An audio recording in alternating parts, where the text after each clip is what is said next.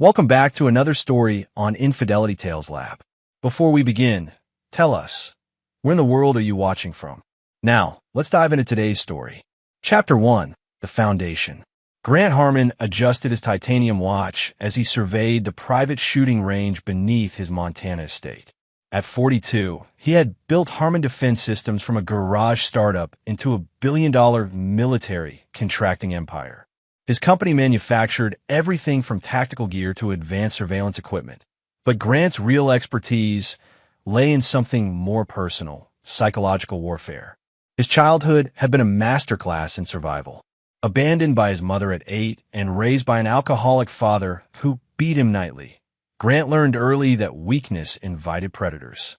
The defining moment came at 15 when his father sold his college fund for whiskey. That night, Grant didn't just fight back. He systematically destroyed every bottle in the house, then calmly informed his father that the next time he touched him, he'd wake up in a morgue. His father never touched him again. Grant met Candace Kane at a charity gala 5 years ago. She was 28, stunningly beautiful, and working as an event coordinator. Her sob story about growing up in foster care and struggling to make ends meet had touched something in him, a rare vulnerability. She represented the family he'd never had, the normal life he thought he wanted. The wedding was modest by his standards, though Candace had pushed for something grander. She moved into his estate immediately, seemingly content with the luxurious lifestyle his wealth provided. When she became pregnant 6 months later, Grant felt something he'd never experienced: hope for a different kind of legacy. Little Ethan Harmon was born with Grant's steel-gray eyes and his mother's delicate features. At 3 years old, he was the only person on Earth who could make Grant Harmon smile without calculation. The boy would climb onto his father's lap during business calls, drawing crayon pictures of airplanes and soldiers. Grant kept every single drawing in a locked safe in his office. But Grant's business demanded extensive travel, and he'd noticed changes in Candace over the past year. She'd become distant, irritable, always checking her phone. She'd started going to yoga classes and book clubs that seemed to run increasingly late. Grant's instincts, honed by years of reading adversaries across negotiation tables, whispered warnings he chose to ignore. After all, he had bigger concerns. His latest contract with the Department of Defense was worth $300 million, developing next-generation surveillance systems for overseas operations. The prototype used advanced facial recognition and behavioral analysis algorithms, technology that could track anyone, anywhere, once their pattern was established. Grant stood in his gun range now, methodically putting rounds through targets at varying distances. Each shot was perfect, just as his father had taught him before the drinking took over completely. Precision, patience, and preparation, the three pillars that had built his empire. Upstairs, Candace was preparing Thanksgiving dinner with unusual enthusiasm. She'd invited her friend, Javier Keller, to join them, claiming he had nowhere else to go. Grant had met Javier twice, a smooth-talking personal trainer who worked at Candace's gym. Something about the man's overly friendly demeanor and lingering looks at Candace set Grant's teeth on edge, but he'd agreed to the dinner invitation. As Grant climbed the stairs from his basement range, he could hear Ethan's laughter echoing from the kitchen. His son was helping Candace by spreading flour across every available surface while she prepared the stuffing. The domestic scene should have warmed him, but Grant noticed how frequently Candace glanced at her phone, how her smile seemed forced. "Daddy!" Ethan launched himself at Grant's legs, covering his black tactical pants with tiny handprints of flour. "Mommy's making turkey, and I'm helping." Grant scooped up his son, genuinely smiling for the first time all day. "I can see that, soldier. Looks like you're winning the war against that flour." Candace barely looked up from her preparations. "Javier should be here soon. I hope you don't mind that I invited him. He's been so helpful at the gym, and he mentioned he'd be spending Thanksgiving alone." Grant's eyes narrowed slightly, but his voice remained neutral. "Of course. The more the merrier." The doorbell rang at exactly 6 o'clock. Javier Keller stood on the threshold with a bottle of expensive wine and his trademark easy smile. He was 35, athletically built, with the kind of manufactured charm that came from years of selling himself to lonely housewives. "Grant," Thanks so much for having me, man. This place is incredible. Javier's handshake was firm, but lasted a beat too long, and his eyes swept the foyer with obvious calculation. Dinner proceeded normally enough. Javier entertained them with stories from the gym, carefully avoiding any mention of his private training sessions with Candace. He complimented the food extensively, perhaps a bit too enthusiastically. Grant noticed how Candace blushed at every compliment, how their eyes met across the table with an intimacy that made his jaw clench. Little Ethan dominated the conversation, regaling Uncle Javier with elaborate stories about his toy soldiers and the fort he'd built in his bedroom. Javier listened with genuine attention, occasionally glancing at Candace with an expression Grant couldn't quite read. As they finished the main course, Candace disappeared into the kitchen to prepare dessert. She returned with individual portions of pumpkin mousse, setting them down with unusual ceremony. "I made these special," she announced, her voice carrying a strange, nervous energy. "A new recipe I found online. I hope everyone likes them." Grant noticed she served herself last, taking her portion from a different tray. He also noticed that both his and Ethan's desserts had a slightly different color than the others, a subtle difference most people would miss, but Grant missed nothing. His survival instincts, dormant for years of comfortable marriage, suddenly blazed to life. The timing was too perfect. Javier's invitation, Candace's nervous energy, the separate serving trays. His mind raced through possibilities, each more chilling than the last. But it was too late. Ethan had already taken a large spoonful, grinning as chocolate smeared across his cheek. "This is really good, Mommy." Grant took a smaller bite, his taste buds immediately detecting something bitter beneath the sweetness. The metallic taste was subtle but unmistakable. He'd tasted it before in military rations that had been contaminated. His blood ran cold as he recognized the symptoms beginning in his son: slight dizziness, dilated pupils, difficulty focusing. Within minutes, both Grant and Ethan were struggling to breathe. Grant's vision blurred as he watched his son's small body convulse. The last thing he heard before losing consciousness was Candace's voice, cold and calculated, speaking to Javier with chilling clarity. "This will work out perfectly. If those two weren't here, we could finally be together without any complications. The insurance money will set us up for life, and no one will ever suspect anything. Just two tragic victims of a gas leak." Chapter 2. The Reckoning. Grant Harmon awakened to the sterile smell of antiseptic and the steady beep of medical monitors. His throat burned, his head pounded, and every breath felt like swallowing glass. But he was alive, which meant his calculation had been correct. Candace had underestimated the dosage needed for someone his size. A woman in a lab coat leaned over him, checking his pupils with a small flashlight. "Mr. Harmon, can you hear me? I'm Dr. Amanda Beasley. You're at St. Mary's Hospital in Billings." Grant's voice came out as a rasp. "My son." Dr. Beasley's expression tightened, and Grant's blood turned to ice. "Mr. Harmon, I'm very sorry.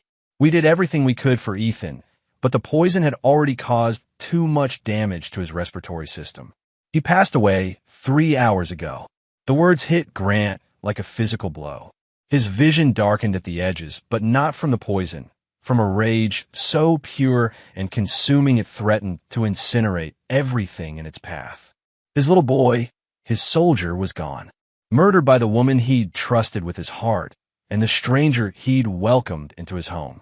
Two men in suits approached his bedside. The older one, a weathered man with intelligent eyes, introduced himself as Detective Bob Richards. His partner, a younger man named Austin Patton, hung back taking notes. "Mr. Harmon, I know this is difficult, but we need to ask you some questions about what happened tonight," Detective Richards said gently. "The preliminary toxicology report shows you and your son ingested a significant amount of strychnine. The source appears to be the dessert you were served." Grant forced himself to focus through the haze of grief and fury. "Where's my wife?" Detective Patton stepped forward. "Mrs. Harmon is being questioned separately. She and Mr. Keller both claim they have no idea how the poison got into the food. They're suggesting it might have been an accident, contaminated ingredients, or a gas leak that was somehow missed." That's impossible, Grant croaked. I tasted it. The poison was specifically in our portions. Detective Richards leaned closer, his voice dropping. Mr. Harmon, I have to ask, was there any trouble in your marriage? Any reason your wife might want to hurt you or your son? Grant's mind raced. He could tell them about his suspicions, about the way Candace and Javier looked at each other, about the separate serving trays. But something held him back, a cold calculation that surprised him with its clarity even in his grief. No, he lied smoothly. We were happy. Very happy. The detectives exchanged glances. The reason your son died was complications from strychnine poisoning, Detective Richards continued. But Mr. Harmon, something doesn't add up here. According to Mrs. Harmon and Mr. Keller, they ate the same dessert and had no ill effects. We're waiting for full lab results on the remaining portions. Grant nodded weakly, already planning. Understand. I want to cooperate fully with your investigation. After the detectives left, Grant lay in the darkness of his hospital room, his mind working with crystalline precision. Candace had made one crucial mistake. She'd underestimated him. She thought he was just another wealthy husband who could be eliminated for his money. She had no idea she'd just awakened something far more dangerous than she could imagine. Grant Harmon had built an empire by understanding his enemies better than they understood themselves. He'd negotiated with warlords, outmaneuvered international competitors, and survived assassination attempts in 3 different countries. Candace and Javier had just declared war on the wrong man. Over the next 2 days, while pretending to grieve in his hospital bed, Grant began planning their destruction. He used his encrypted satellite phone to contact his head of security, a former Special Forces operator named Roland Jensen. I need complete surveillance on my wife and Javier Keller, Grant whispered into the phone during a shift change. Everything. Where they go, who they talk to, what they eat for breakfast. I want their entire lives documented. Roland's gravelly voice came through clearly. You thinking what I'm thinking, boss? I'm thinking my son is dead and someone's going to pay for it. Consider it done. What about the legal stuff? Grant's smile was razor sharp. Let the police do their job. They'll find evidence, but it won't be enough for conviction. Too much reasonable doubt. But that's fine. I'm not interested in justice. I'm interested in revenge. Meanwhile, Grant began receiving visitors. His business partners offered condolences and assured him that Harmon Defense Systems would continue running smoothly in his absence. His lawyer, Milton Gutierrez, arrived with documents to sign and carefully worded questions about Grant's will and insurance policies. But the most interesting visitor was Chris Fuller, a former CIA operative who now worked as Grant's special projects consultant. Chris specialized in the kind of problems that couldn't be solved through legal channels. I'm sorry about Ethan, Chris said quietly, his scarred face showing genuine emotion. He was a good kid. Grant's jaw tightened. I want them destroyed, Chris. Not just killed, completely annihilated. I want them to suffer like my son suffered. Chris nodded slowly. What kind of timeline are we looking at? However long it takes. I want this to be perfect. On the 3rd day, Candace visited him. She arrived with red-rimmed eyes and clutching tissues, playing the grieving widow and mother to perfection. Grant had to admire her acting ability. If he hadn't heard her true voice that night, he might have believed her performance. Grant, oh my God, I'm so sorry, she sobbed, throwing her arms around him. Our baby, our poor baby. The doctor said it was some kind of contamination, maybe from the organic farm where I bought the ingredients. I feel so responsible. Grant held her gently, stroking her hair with hands that wanted to snap her neck. It's not your fault, sweetheart. These things happen. We'll get through this together. Candace pulled back, her eyes swimming with crocodile tears. The insurance company has been asking questions. They want to do a full investigation before they pay out the life insurance policies. It's so horrible having to deal with money when our son is gone. Grant's expression remained sympathetic even as his mind noted the telling detail she already knew about the life insurance investigation. That meant she and Javier were already planning their next moves. Don't worry about the money, he said softly. We have more than enough. The important thing is honoring Ethan's memory. Candace nodded, dabbing at her eyes. Javier's been such a help through all this. I don't know what I would have done without him. He's been handling the funeral arrangements since you've been in here. Grant's smile didn't waver. He's a good friend. I'm grateful to him. That night, Grant received a secure message from Roland Jensen. The surveillance had already yielded results. Candace and Javier had been seen together at a hotel in town, celebrating with champagne and discussing travel plans. The audio equipment had picked up fragments of conversation about getting the money and starting fresh somewhere tropical. But more interesting was a background check on Javier Keller. The man's real name was Javier Martinez, and he had a history of targeting wealthy women.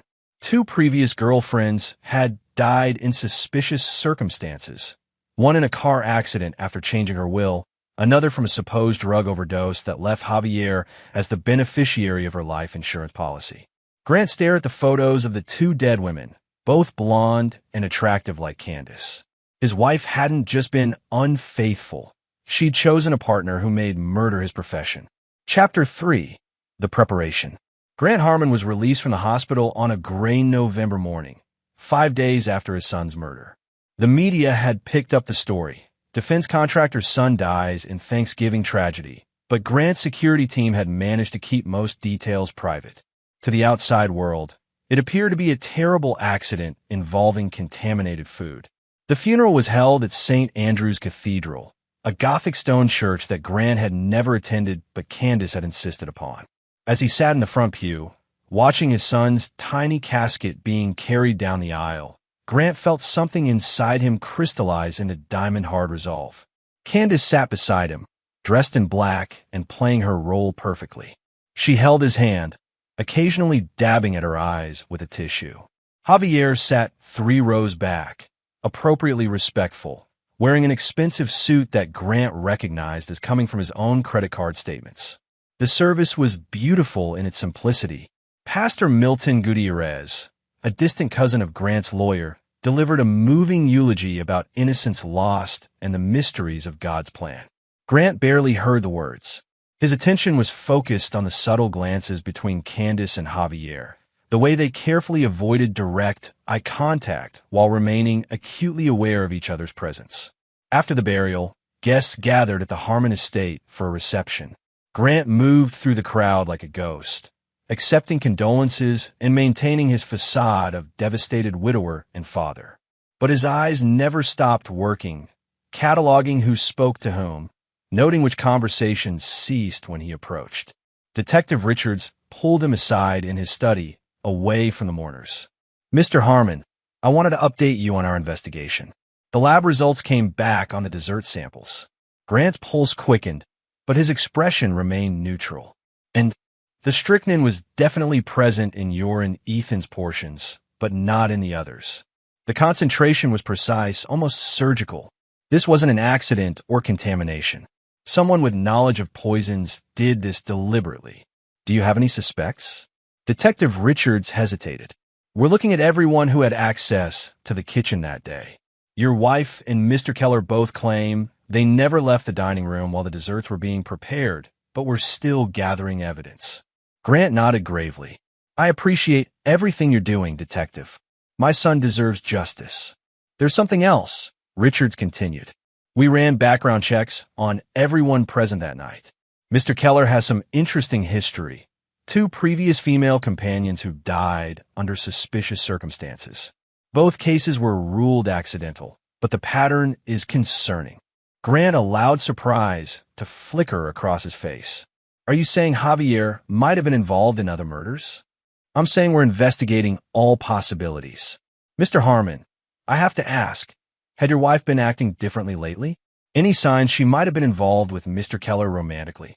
Grant paused, as if considering the painful possibility for the first time. I've been traveling a lot for business. I suppose there might have been signs I missed. Candace had been distant, but I thought it was just stress from managing the household alone. We'd like to conduct more extensive interviews with both your wife and Mr. Keller. With your permission, we'd also like to examine your home more thoroughly." "Of course. I want the truth, whatever it is." After the detective left, Grant retreated to his basement office, a secure room that Candace had never been allowed to enter. The space was lined with monitors displaying feeds from hidden cameras throughout his property.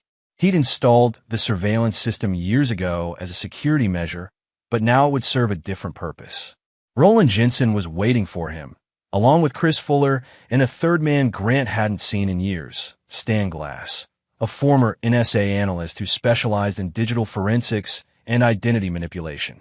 "Gentlemen," Grant said, settling into a chair behind a massive oak desk. "Thank you for coming. As you know, my son was murdered by my wife and her lover. The police will eventually gather enough evidence to arrest them, but conviction is far from certain. Javier Keller is apparently experienced at this kind of crime, and Candace is more cunning than I gave her credit for." Chris Fuller leaned forward. "What do you need from us?" Grant's smile was arctic. "I need them to disappear. Permanently. But not quickly. I want them to suffer first. I want them to understand what they took from me before they die." Stan Glass spoke up, his nasal voice carrying decades of analytical precision. "What's the timeline? If they suspect you know the truth, they might run." "They won't run," Grant said confidently. "They're waiting for the insurance money. $50 million in life insurance on me, plus another $10 million on Ethan. They think they're smarter than everyone else. That arrogance will be their downfall." Roland Jensen cracked his knuckles. "What about the investigation?" The cop seemed pretty convinced it was murder. Grant pulled up files on his computer screen. "Detective Richards is competent but overworked. The district attorney won't prosecute without overwhelming evidence, and Javier's too experienced to leave obvious traces.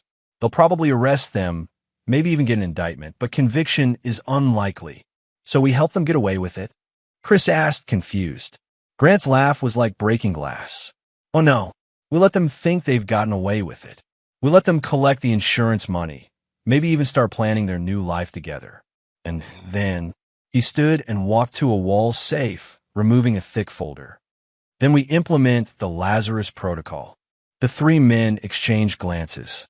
The Lazarus Protocol was Grant's most classified project, a theoretical framework for completely erasing someone's identity and rebuilding it from scratch. It had been developed for deep cover operatives who needed to vanish completely, but Grant had always envisioned other applications. Stan Glass whistled softly as he flipped through the documents. "You want to make them disappear and then hunt them as different people?" "I want them to live in fear," Grant said quietly. "I want them to never feel safe, never know when death is coming." Ethan died in terror, not understanding why he couldn't breathe. They'll experience the same fear, but it will last months, maybe years. Chris Fuller nodded slowly. "It's doable, but it'll require perfect timing. One mistake, and the whole thing falls apart." Grant returned to his desk and opened another file, detailed psychological profiles of both Candace and Javier, compiled from years of surveillance and analysis. "I've been studying them longer than they realize. Candace is driven by greed and social status. She wants luxury and admiration. Javier is a predator who enjoys the hunt almost as much as the kill. They both have specific weaknesses we can exploit." Roland Jensen studied the surveillance photos. "When do we start?" Grant looked up at a framed photo of Ethan on his desk, his son laughing as he built a tower of blocks. "We start now. But first, we let them think they've won." Over the next 2 weeks, Grant played his role perfectly. He seemed to sink into depression, barely eating, speaking little, spending long hours alone. He made it clear that he suspected nothing about Candace's infidelity or involvement in the murders. To the outside world, he appeared to be a broken man consumed by grief. Meanwhile, his team worked with surgical precision. Stan Glass began creating false identities and paper trails that would allow Candace and Javier to disappear once they collected the insurance money. Chris Fuller established surveillance networks in potential destination countries. Roland Jensen recruited assets, people with specialized skills who could be activated when needed. Candace and Javier grew bolder as Grant's apparent breakdown continued. They began meeting openly, though still maintaining their cover story of friendship and support during difficult times. The insurance company completed its investigation and prepared to release the funds. Everything was proceeding exactly as Grant had planned. Soon, his son's murderers would think they had escaped justice. But Grant Harmon was patient, and he had learned long ago that the sweetest revenge was the kind that came when your enemies felt safest. The real game was just beginning. Chapter 4. The Deception. 3 months after Ethan's funeral, the insurance checks finally arrived. $60 million, split between various policies that Candace and Grant had taken out over the years. To the outside world, Grant appeared to be struggling with alcoholism and depression, barely functioning enough to sign the necessary documents.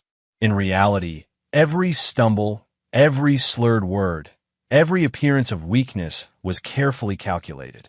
Grant had learned the art of deception from masters. Military contractors who operated in the gray spaces between nations, where showing your true strength meant death. Candace's performance as the concerned widow was equally convincing. She attended grief counseling sessions, joined a support group for parents who had lost children, and maintained a facade of loyalty to her devastated husband. But Grant's surveillance network captured the truth. Late-night phone calls with Javier, secret apartment visits, and increasingly detailed discussions about their future together. The breakthrough came on a cold February evening when Chris Fuller intercepted a conversation between Candace and Javier in their hotel room across town. The money's finally cleared. Candace's voice came through clearly on the encrypted recording. $60 million, just like we planned. Grant signed everything without even reading it. Javier's laugh was cold and satisfied. I told you he was weak. All these tough businessman types are the same. They fall apart when things get personal. How long before we can access the accounts?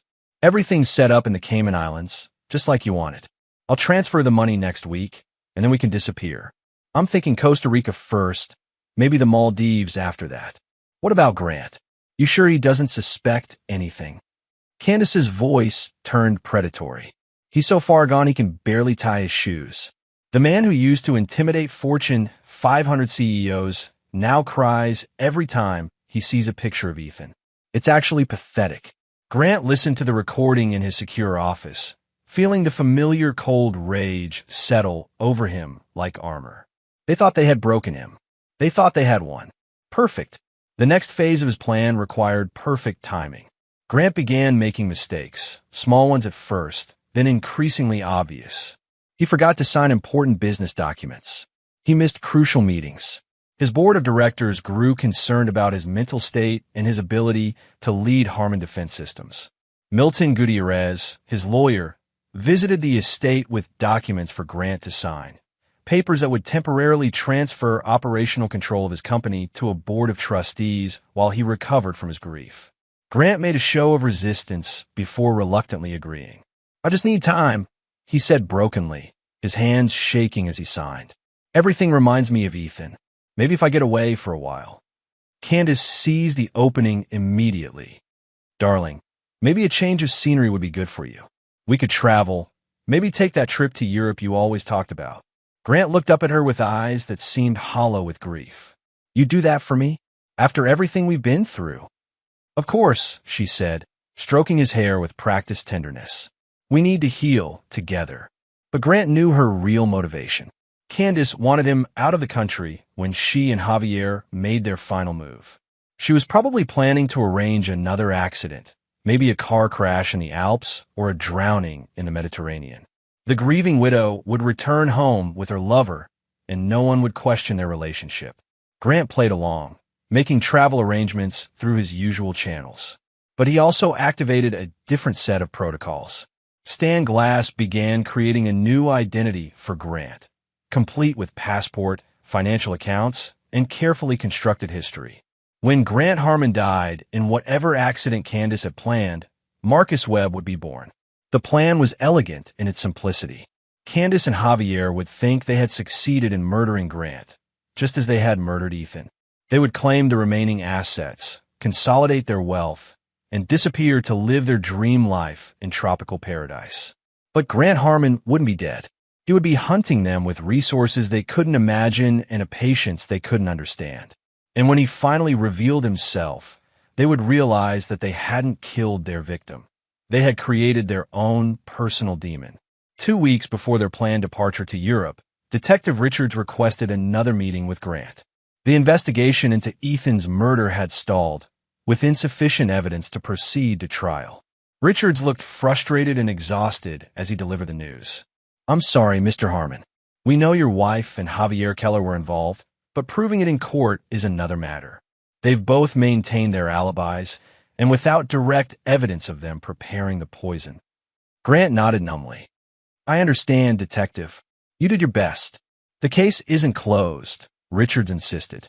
"If new evidence surfaces, we'll pursue it aggressively. And I want you to know, I believe your son was murdered. I believe you were supposed to die that night. But belief isn't enough for a conviction." After Richards left, Grant allowed himself a moment of genuine emotion. His son would never receive official justice. The legal system had failed, just as Grant had known it would. But there were other kinds of justice, older kinds, that didn't require courtrooms or juries. That evening, Candace prepared dinner with unusual care. She'd been cooking more often lately, probably practicing for her new life with Javier. Grant ate everything she served, having taken precautions that rendered any poison ineffective. Candace seemed disappointed when he showed no ill effects, confirming his suspicion that she was testing various methods. "Grant, there's something I need to tell you," she said as they finished dessert. "I've been thinking about our marriage, about everything that's happened. I love you, but I think we need time apart to process our grief separately." Grant looked up at her with apparent confusion. "What are you saying?" "I'm saying maybe I shouldn't come to Europe with you. Maybe you need to take this journey alone, find yourself again. I'll stay here and keep the house ready for when you return." Grant's performance was flawless. The hurt husband who couldn't understand why his wife would abandon him in his darkest hour. "Candace, please. I need you with me. I can't do this alone." She reached across the table and took his hand, her touch cold despite the warmth of her words. "You're stronger than you think, Grant. This will be good for both of us. Trust me. Trust her." The woman who had murdered his son was asking him to trust her. Grant squeezed her hand gently, meeting her eyes with perfect sincerity. "I do trust you," he said softly. "I always have." 3 days later, Grant Harmon boarded a private jet bound for Geneva, Switzerland. Candace saw him off at the private airfield, tears streaming down her face as she waved goodbye. Javier was conspicuously absent, though Grant's surveillance team confirmed he was watching from a nearby hotel. The jet took off on schedule, flew across the Pacific, and landed in Geneva 8 hours later. According to all official records, Grant Harmon checked into the Hotel de Bergs, had dinner alone in his room, and retired for the evening. But Grant Harmon never made it to his hotel room. Somewhere between the airport and the city center, he disappeared completely. By morning, Marcus Webb was on a different flight to a different country, carrying documents that would pass any inspection and accessing accounts that had been carefully prepared over months of planning. The real hunt was about to begin. Chapter 5. The Vanishing. The call came at 3:17 a.m. Montana time. Candace answered her phone with practiced sleepiness, though she had been wide awake, waiting. "Mrs. Harmon? This is Inspector Phil Driscoll with the Geneva Police Department. I'm afraid I have terrible news about your husband." Candace's gasp was perfectly pitched, shock giving way to growing dread. "What happened? Is Grant hurt?" "Ma'am, I'm very sorry to inform you that your husband was found dead earlier this evening. His body was recovered from Lake Geneva. Preliminary investigation suggests he may have taken his own life." The scream that followed was worthy of an Academy Award. Candace collapsed to her knees in her nightgown, sobbing into the phone while Javier rushed to comfort her. He had been hiding in the guest bedroom, but now he held her openly, whispering reassurances as she wailed with apparent grief. "No, no, that's impossible," she cried. "Grant would never." He was getting better. He was looking forward to the trip. Inspector Driscoll's voice carried practiced sympathy. "I understand this is shocking, Mrs. Harmon. Your husband left a note expressing his inability to cope with your son's death.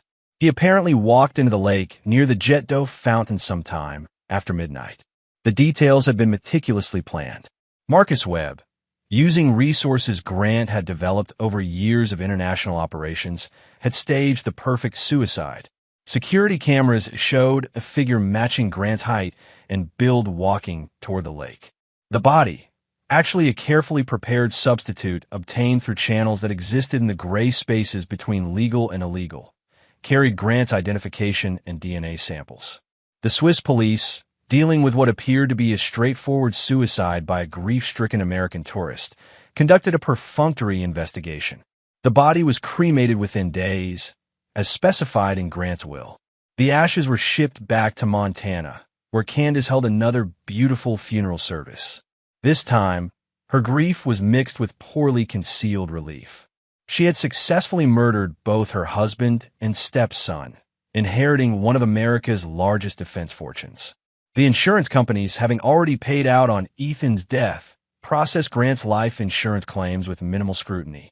Another $60 million flowed into accounts that Candace controlled. Javier moved into the estate openly now, though they maintained the fiction that he was simply helping Candace manage her affairs during her time of mourning. The local community offered sympathy and support to the young widow who had lost everything. But 50 miles away, in a secure facility that officially didn't exist, Marcus Webb was planning the next phase of his campaign. The man who had been Grant Harmon was gone, erased as completely as if he had never existed. In his place was someone with different fingerprints, retinal patterns, and DNA markers, modifications that had cost millions of dollars and involved procedures that weren't available to ordinary citizens. Marcus Webb was 45 years old, according to his meticulously crafted identity. He was a former military contractor who had made his fortune in Africa and the Middle East before retiring to a quiet life of international travel. His wealth was real. Grant had spent years moving assets through a labyrinth of shell companies and offshore accounts. But his face, his voice, even his mannerisms had been carefully altered. The transformation had taken 6 months of preparation and 3 months of recovery. Plastic surgery, vocal coaching, and intensive physical therapy had created a man who bore no resemblance to Grant Harmon. Even people who had known Grant intimately would never recognize Marcus Webb. Webb's first target wasn't Candace or Javier directly. Instead, he began a careful campaign of psychological pressure designed to slowly drive them apart. His resources were vast: former intelligence operatives, hackers, and specialists in identity manipulation. Every aspect of their new life together would be systematically contaminated with doubt and fear. It started with small things: money transfers that were delayed or redirected, hotel reservations that were mysteriously canceled, credit cards that stopped working at crucial moments. Webb's team used their knowledge of international banking systems to create a steady stream of minor but maddening obstacles. Candace and Javier initially attributed these problems to normal friction in moving large amounts of money internationally. But as the incidents multiplied, they began to feel targeted. Paranoia crept into their conversations, captured in detail by Webb's surveillance network. "Something's wrong," Javier muttered as he hung up from another frustrating call with their Swiss bank. "These aren't random computer glitches. Someone's screwing with us." Candace tried to remain calm, but Webb could see the stress lines forming around her eyes. "Who would even know about our accounts? We've been so careful. Maybe too careful. Maybe someone noticed all the transfers and flagged us for investigation." The beauty of Webb's strategy was its subtlety. He wasn't attacking them directly. He was allowing their own guilt and paranoia to poison their relationship. Every setback made them more suspicious of each other, more likely to make mistakes. The psychological pressure intensified when Webb began targeting their personal lives. Javier received anonymous tips that suggested Candace was hiding money from him. Candace discovered evidence that Javier had been researching ways to eliminate partners in international fraud cases. Neither piece of evidence was entirely fabricated. Webb's team had simply amplified existing character flaws and presented them in the worst possible light. Javier was indeed the type of man who would eliminate Candace once she was no longer useful. Candace was indeed planning to eventually dispose of Javier once they reached their final destination. But now they suspected each other earlier than planned, before they had finished relocating their assets. Their dream paradise became a prison of mutual distrust. Webb monitored their relationship's deterioration from his base in Singapore, where Marcus Webb officially resided. He felt no satisfaction in their suffering. That would come later. For now, he was simply laying groundwork, preparing the foundation for their eventual destruction. The first major crack in their partnership came when Javier discovered that Candace had been secretly transferring money to personal accounts that he couldn't access. His confrontation was violent and public, taking place in the lobby of their luxury hotel in the Cayman Islands. "You lying bitch," Javier shouted, his carefully maintained charm finally cracking. "You've been planning to cut me out from the beginning." Candace's response was equally venomous. "Maybe because I know exactly what kind of man you are. How many other women have you murdered, Javier? How long before you decide I'm a liability?" Hotel security intervened before the fight became physical, but the damage was done. Their relationship was now openly adversarial, each one preparing for the other's betrayal. They continued traveling together because neither trusted the other enough to separate, but their partnership had become a Cold War. Webb allowed them to stew in their mutual paranoia for 3 more months before implementing the next phase. He needed them desperate and isolated before he revealed himself. He needed them to understand that their sins had not been forgotten. Soon, they would learn that the dead could indeed rise again, and that some ghost came back for vengeance. Chapter 6: The Revelation. Marcus Webb watched through high-powered binoculars as Candace and Javier emerged from their villa in Costa Rica. 6 months had passed since Grant Harmon's supposed suicide, and the couple had finally settled into what they believed was their permanent paradise. The villa was spectacular, perched on a cliff overlooking the Pacific, with infinity pools and private beaches that cost $20,000 a month to rent. But paradise had become a cage.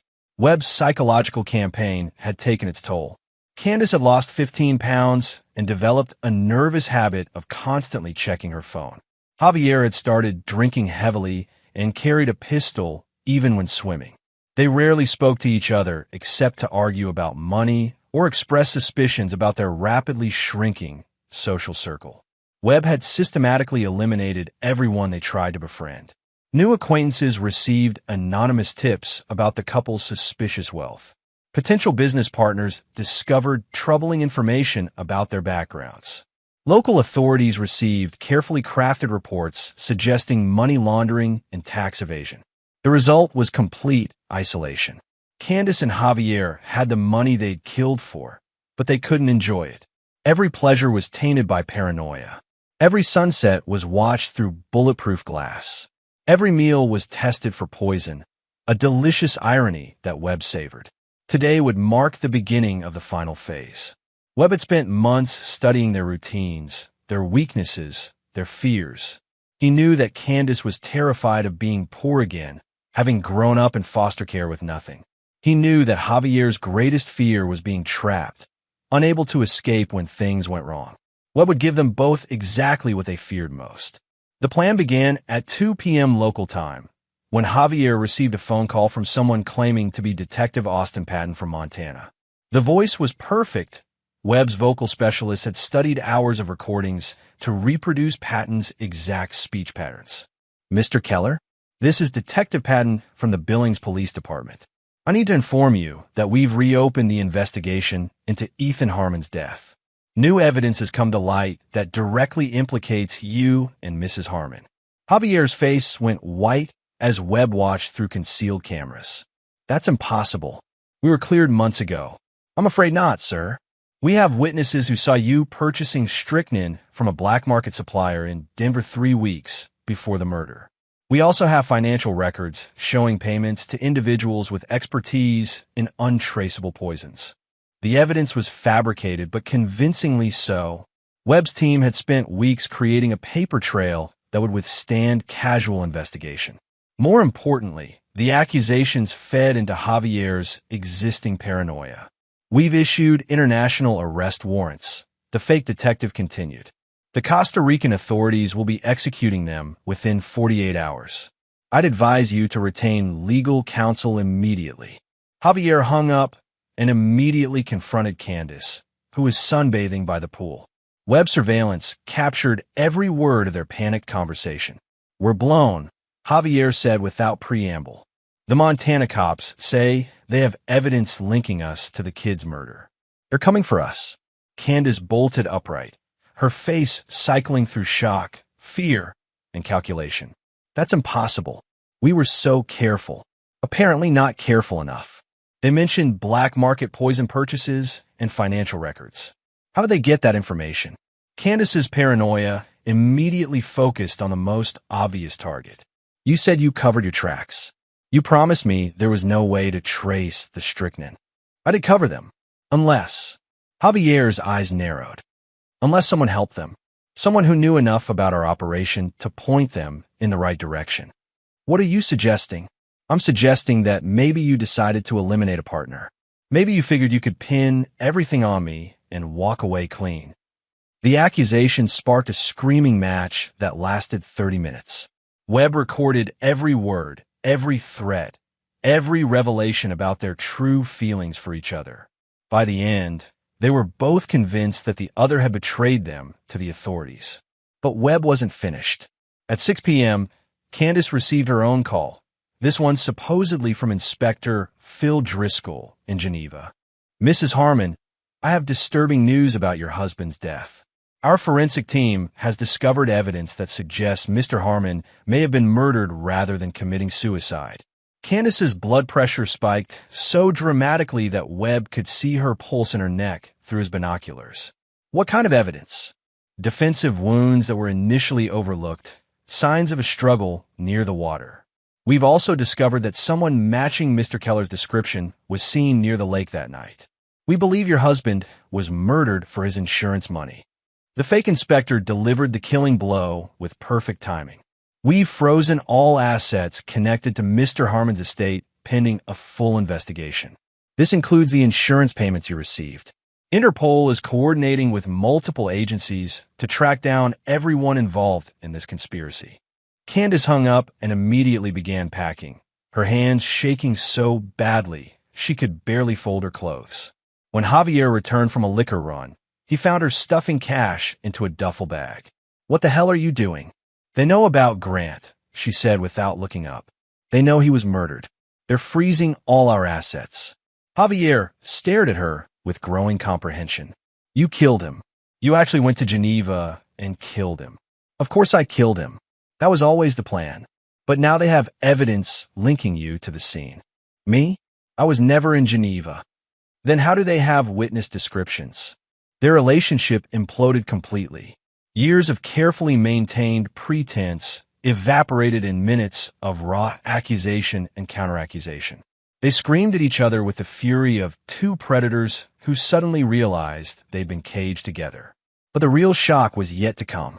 At exactly 8 p.m., as the couple huddled in their villa trying to plan their next move, the lights went out. Emergency generators kicked in a moment later, but the message was clear. Someone had taken control of their sanctuary. A voice came through the villa's intercom system, calm and cultured and terrifyingly familiar. Hello, Candace. Hello, Javier. I trust you're enjoying your evening. Candace's face went gray with recognition. Javier spun toward the speakers, his pistol already in his hand. That's impossible, Candace whispered. You're dead. I saw your body. Death is such a limiting concept, the voice continued. I prefer to think of it as a career change. You see, when you murder my son, you didn't just kill a 3-year-old boy. You awakened something much more dangerous. The villa screens flickered to life, showing surveillance footage from the past 6 months. Candace and Javier watched in horror as their entire new life was revealed to be an elaborate theater performance. Every setback, every moment of paranoia, every fear, all of it had been orchestrated by the man they thought they had killed. Grant. Candace's voice was barely a whisper. Grant Harmon died in Geneva, just as you planned. But you should have made sure you killed the right man. You see, my dear wife, you underestimated me. You thought I was just another wealthy husband who could be eliminated for his money. You had no idea that you were declaring war on someone who makes war his profession. Javier emptied his pistol into the nearest speaker, but the voice continued from others throughout the house. The police calls you received today were fake, of course, but the evidence they described is quite real. I've been constructing your prosecution for months, creating a trail that leads directly to both of you. The Costa Rican authorities will indeed be here soon, but not for the reasons you think. The final twist came with perfect theatrical timing. The villa's main screen displayed a live video feed showing local police surrounding the property. But these weren't Costa Rican officers. They were Marcus Webb's private security team, dressed in official uniforms and carrying extradition paperwork that would pass any inspection. "You have two choices," the voice explained with chilling calm. "You can surrender peacefully and face justice in an American courtroom, or you can try to run and discover exactly how patient I can be when hunting prey." Candace collapsed into a chair, finally understanding the true scope of her situation. She hadn't just stolen money. She had entered into a blood feud with someone who had unlimited resources and no remaining humanity. Javier, more practical in his desperation, grabbed Candace's arm. "We run. Now, there has to be another way out of here." But as they reached the villa's rear exit, they found it blocked by armed men. Every window, every door, every possible escape route was covered. They were trapped in the paradise they had bought with Ethan's blood. The voice returned, now carrying a note of satisfaction that chilled them both to the bone. "Welcome to hell," Grant Harmon's ghost said softly. "I hope you find it comfortable. You'll be staying for a very long time." Chapter 7. The Hunt. The Costa Rican police found the villa empty except for scattered cash and abandoned luggage. According to official reports, Candace Harmon and Javier Keller had disappeared sometime during the night, apparently fleeing ahead of arrest warrants that were mysteriously delayed in processing. In reality, they had been taken to a facility that didn't appear on any map, a former military installation in the mountains that Marcus Webb had purchased through intermediaries. The compound was designed for interrogation and detention, staffed by professionals who specialized in extracting information from unwilling subjects. Candace and Javier were held in separate cells, unable to communicate with each other or the outside world. For the first week, their only human contact came from guards who delivered meals and said nothing. The psychological pressure was carefully calibrated, enough sensory deprivation to break down resistance, but not enough to damage their sanity completely. Webb wanted them functional for what came next. On the 8th day, Candace was brought to an interrogation room where Marcus Webb waited behind a one-way mirror. She saw only her own reflection, but his voice came through speakers with perfect clarity. "Hello, Candace. I hope your accommodations have been adequate."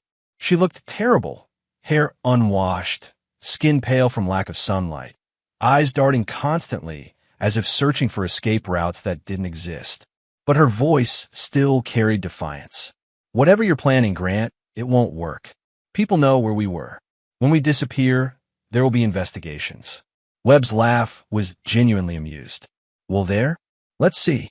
You're wanted for murder in Montana.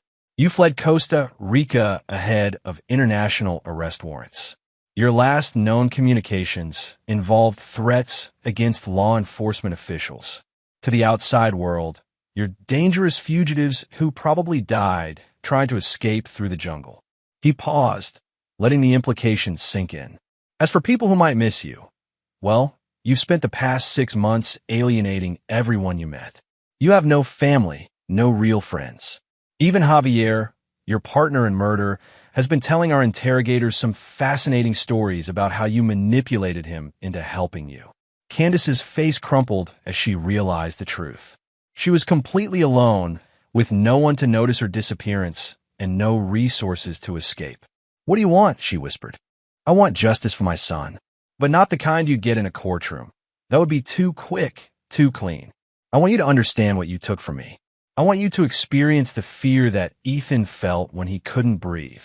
The screen in front of Candace flickered to life, showing surveillance footage from their Thanksgiving dinner. She watched herself preparing the poisoned desserts, her face calm and calculating as she measured out doses that would kill a 3-year-old boy. "Did you know that strychnine causes tetanic seizures?" Webb's voice continued conversationally. "The victim remains conscious throughout, experiencing excruciating muscle contractions until they die from exhaustion or respiratory failure. My son suffered for nearly an hour before his little heart gave out." Candace began sobbing, but Webb felt no sympathy. This was just the beginning. You're going to help me with an experiment, he said. We're going to see how long the human spirit can endure before it breaks completely. You and Javier will provide the data. Meanwhile, in a similar room 50 feet away, Javier was receiving his own introduction to Webb's brand of justice. The former personal trainer was trying to maintain his tough guy facade, but months of paranoia had already cracked his confidence.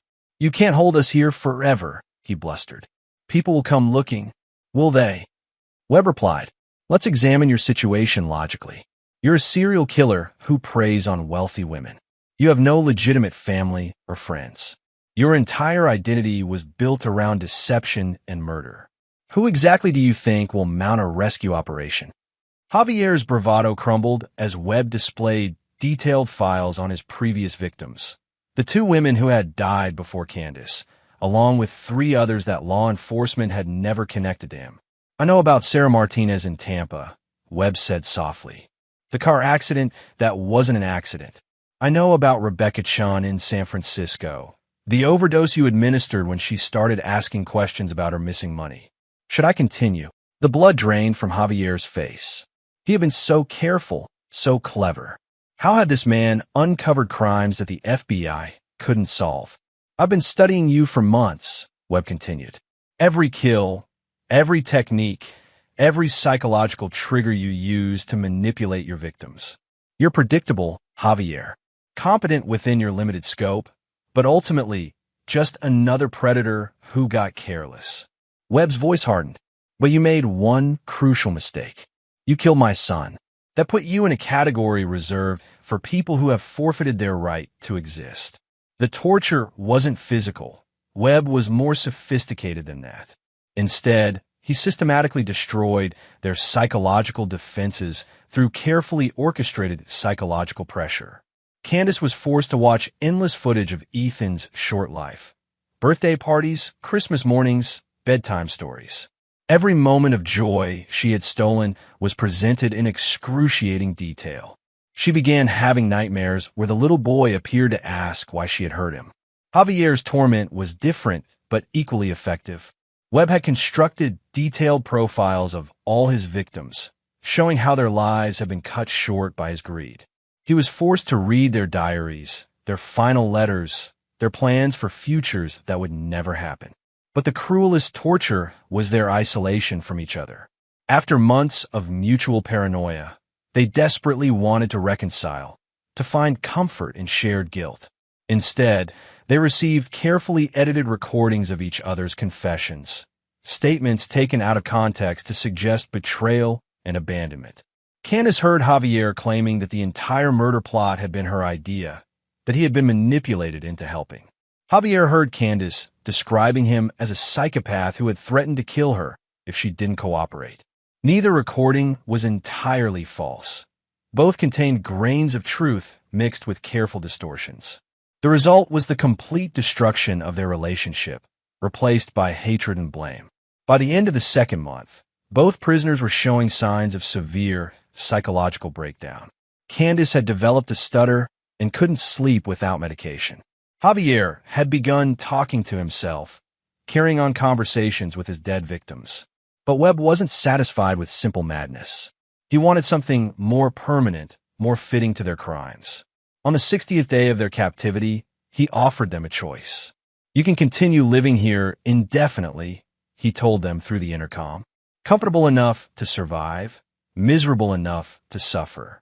Or you can accept my alternative offer. Candace looked up from her corner where she had been rocking back and forth. What offer? Trial by combat. You and Javier, alone in a room with weapons. Winner gets to leave this place. Not free, but transferred to a minimum security facility where life will be bearable. Loser stays here forever. Javier immediately accepted, seeing it as his only chance for any improvement in his situation. Candace took longer to decide, but eventually agreed when Webb showed her video of Javier agreeing to the terms. The combat chamber was stark and simple. Concrete walls, bright lights. No furniture except for 2 tables at opposite ends. On each table lay a single weapon, a knife with a 6-inch blade. Webb watched from his observation room as his son's killers faced each other for the final time. They looked like broken dolls, thin, pale, trembling with exhaustion and fear. "This is for Ethan," Webb said quietly, knowing they couldn't hear him. "This is what you deserve." The fight was pathetic rather than dramatic. Neither Candace nor Javier was in any condition for real combat. They circled each other warily, making tentative attacks that accomplished little except drawing blood. But eventually, Javier's training and physical advantages began to tell. He managed to corner Candace near one of the walls, raising his knife for a killing blow. What happened next surprised even Webb. Instead of accepting death, Candace found a reserve of viciousness that had carried her through foster care and into adulthood. She grabbed Javier's wrist with both hands and drove her knee into his groin with desperate strength. As Javier doubled over in pain, Candace snatched his knife and plunged it into his back again and again, screaming incoherently as months of fear and rage finally found release. When it was over, she stood panting over Javier's corpse, covered in blood and trembling with exhaustion. Webb's voice came through the speakers, calm and unsurprised. "Congratulations, Candace. You've won your freedom." But as the door opened and guards approached to escort her out, Candace realized that Webb's definition of freedom might not match her own. Chapter 8. The Judgment. The minimum security facility that Webb had promised turned out to be a cottage on a remote island in the South Pacific. Candace was given comfortable quarters, adequate food, and access to books and television. She was even allowed to walk along the beach, though the island was 20 miles from the nearest land, surrounded by waters patrolled by Webb security teams. It was a gilded cage, but a cage nonetheless. For the first month, Candace convinced herself that she could find a way to escape. She explored every inch of the island, tested the security systems, and tried to signal passing aircraft. But gradually, the reality of her situation became clear. Webb had created the perfect prison, one that would hold her until he decided otherwise. The psychological pressure continued in subtler forms. Candace received regular updates about the outside world, including news reports about the ongoing investigation into her crimes. Detective Richards had never stopped building his case, and with Javier dead and unable to contradict evidence, the prosecution seemed certain to proceed if she were ever captured. Webb also provided updates on his own activities. As Marcus Webb, he had established himself as a philanthropist and advocate for missing children. He funded organizations dedicated to preventing child abuse and supported research into family violence. Every charity donation was made in Ethan's memory, turning the murdered boy into a symbol of innocence lost. The irony was exquisite. Candace's victim was becoming more famous in death than he had ever been in life, while she was forgotten by everyone except the man hunting her. But Webb's masterpiece was yet to come. On the 6-month anniversary of her arrival on the island, Candace was taken to a communications room where a video conference had been arranged. On the screen appeared Detective Bob Richards, sitting in what appeared to be an official police station. "Mrs. Harmon," Richards said formally, "I'm here to inform you that we've concluded our investigation into your son's murder. We have sufficient evidence to proceed with charges of first-degree murder, conspiracy, and insurance fraud." Candace stared at the screen in confusion. "How did you find me?" "An anonymous tip led us to your location. You're being held on an island owned by a private security firm contracted by the U.S. government. Apparently, you've been in custody for months while we completed our investigation." Richards leaned forward, his expression serious. "You have two choices. You can waive extradition and return voluntarily to face trial in Montana. Or we can begin formal proceedings that will take years to complete but reach the same result. What happens if I come back voluntarily? You'll be charged with murder in the first degree. The evidence is overwhelming.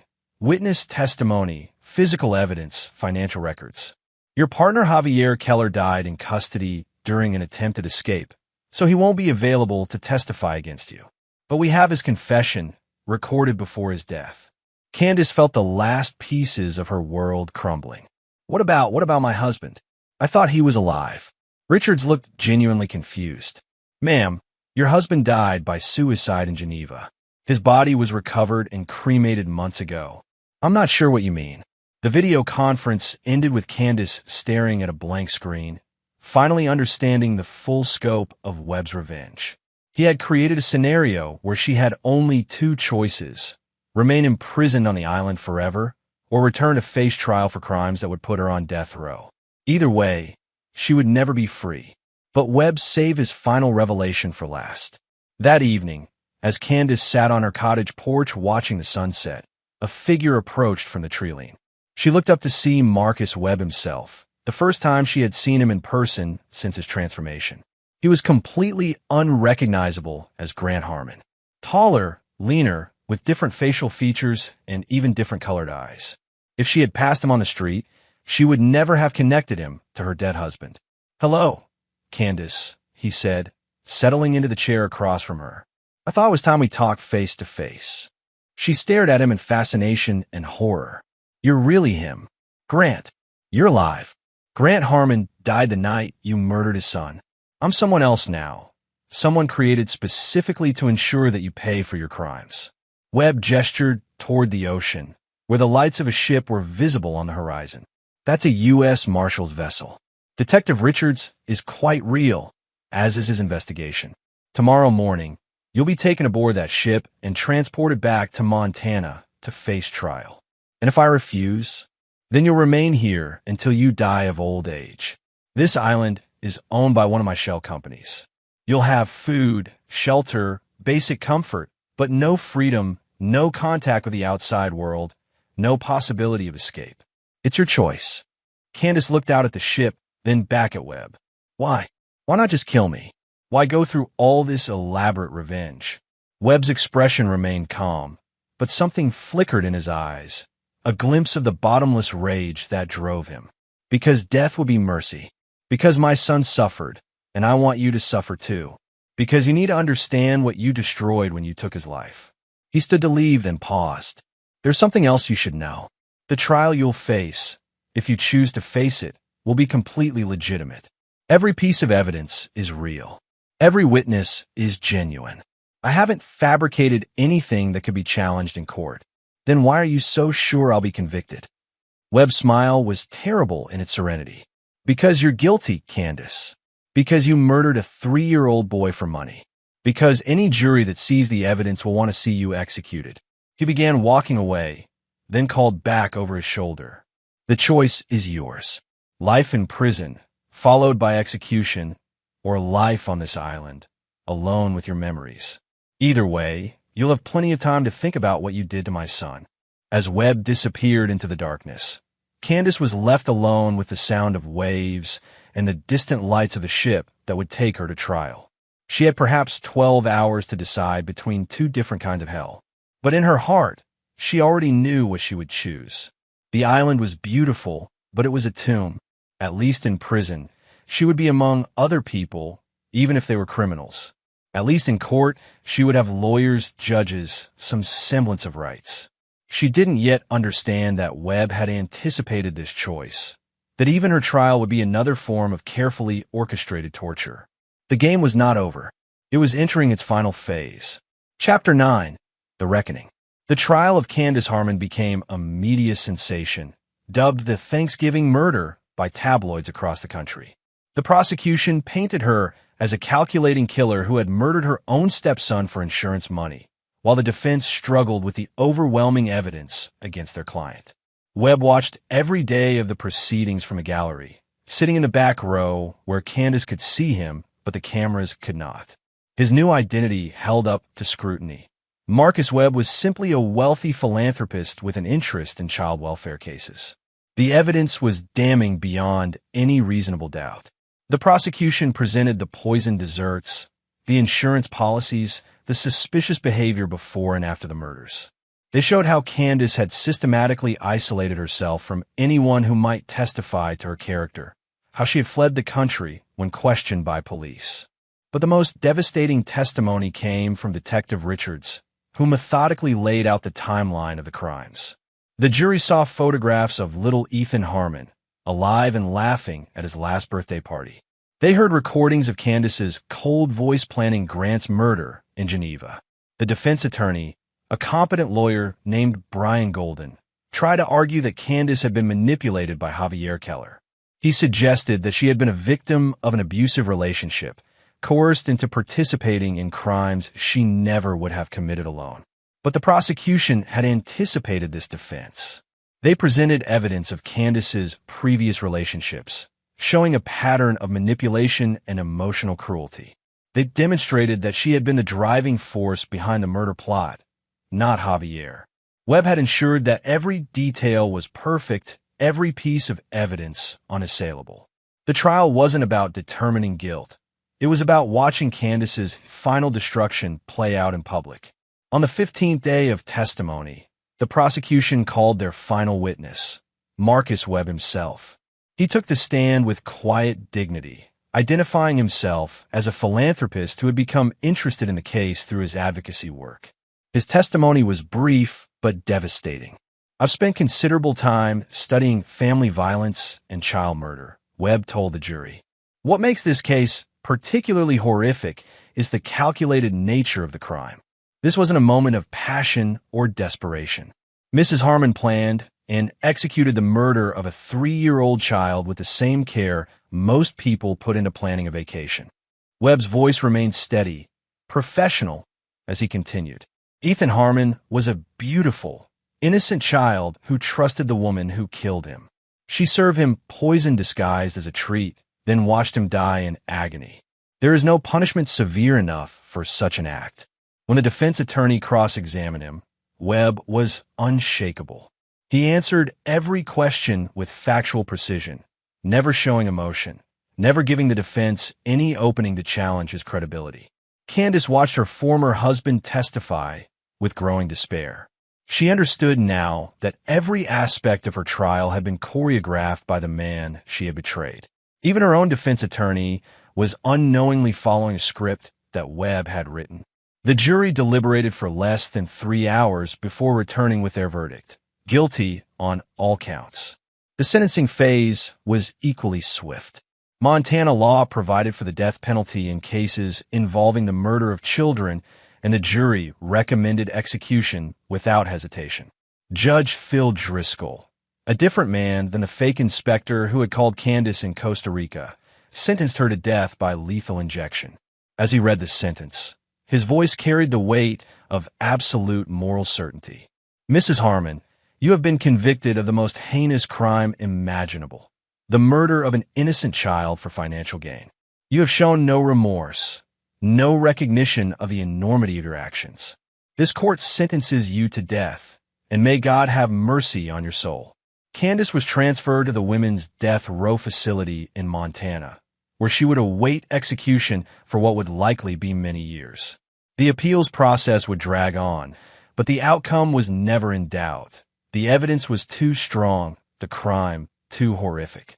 Webb visited her once in prison, 6 months after her sentencing. He sat across from her in the visiting room, separated by bulletproof glass, speaking through a telephone that recorded every word. "Hello, Candace," he said softly. "How are you adjusting to your new home?" She looked terrible. Prison had aged her a decade in 6 months. Her hair was gray, her skin pale, her eyes haunted by nightmares that never ended. "Why?" she whispered into the phone. "You've won. I'm going to die here. Why keep torturing me?" Webb's expression remained impassive. "Because my son is still dead. Because you took away the only good thing in my life. Because you need to understand that some sins can never be forgiven." "I'm sorry," she said, tears streaming down her face. "I'm so sorry about Ethan. I was wrong. I was evil, I admit it. Isn't that enough?" Webb studied her for a long moment, seeing the broken woman who had once been his wife. She was genuinely remorseful now, destroyed by guilt and fear. A better man might have felt pity, but Grant Harmon had died with his son that night, and Marcus Webb felt nothing but cold satisfaction. "No," he said finally, "it's not enough. It will never be enough." He stood to leave, then paused. "I've established a foundation in Ethan's name. It provides support for other families who have lost children to violence. Every year on his birthday, We hold a memorial service where people share stories about innocent lives cut short. Webb's smile was arctic. Your name is mentioned at every service, Candace. Not as a person, but as a reminder of the evil that good people must guard against. You've become a cautionary tale, a warning about what happens when someone chooses greed over love. He walked away without looking back, leaving Candace alone with the knowledge that her crime would outlive her, that she would be remembered only as a monster who killed a child for money. Years later, when Candace Harmon was finally executed by lethal injection, Marcus Webb watched from the observation gallery. He felt no satisfaction in her death, that had come from watching her suffer, from knowing that she had spent her final years in terror and isolation. As the drugs took effect and her life ebbed away, Webb thought about his son. Ethan would have been 8 years old now, probably playing Little League baseball or learning to ride a bike. All the experiences that Candace had stolen when she chose murder over mercy. When it was over, Webb returned to his new life.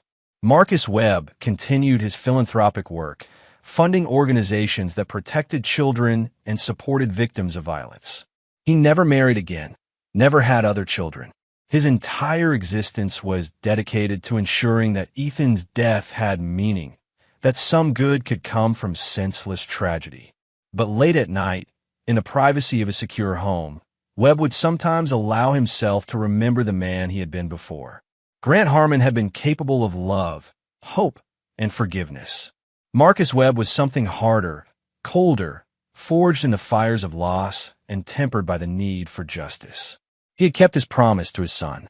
The people who had murdered Ethan Harmon had paid for their crimes in full. Javier was dead, killed by his own partner in blood. Candace was dead, executed by the state after years of psychological torment. The debt was settled. The scales were balanced. But Grant Harmon's heart remained buried in a small grave in Montana, next to the son who would never grow up to become the man he might have been. Some victories, Webb had learned, felt exactly like defeat, but they were still victories. And sometimes that had to be enough. And there you have it. Another story comes to an end. What did you think? I'd love to hear your thoughts in the comments below.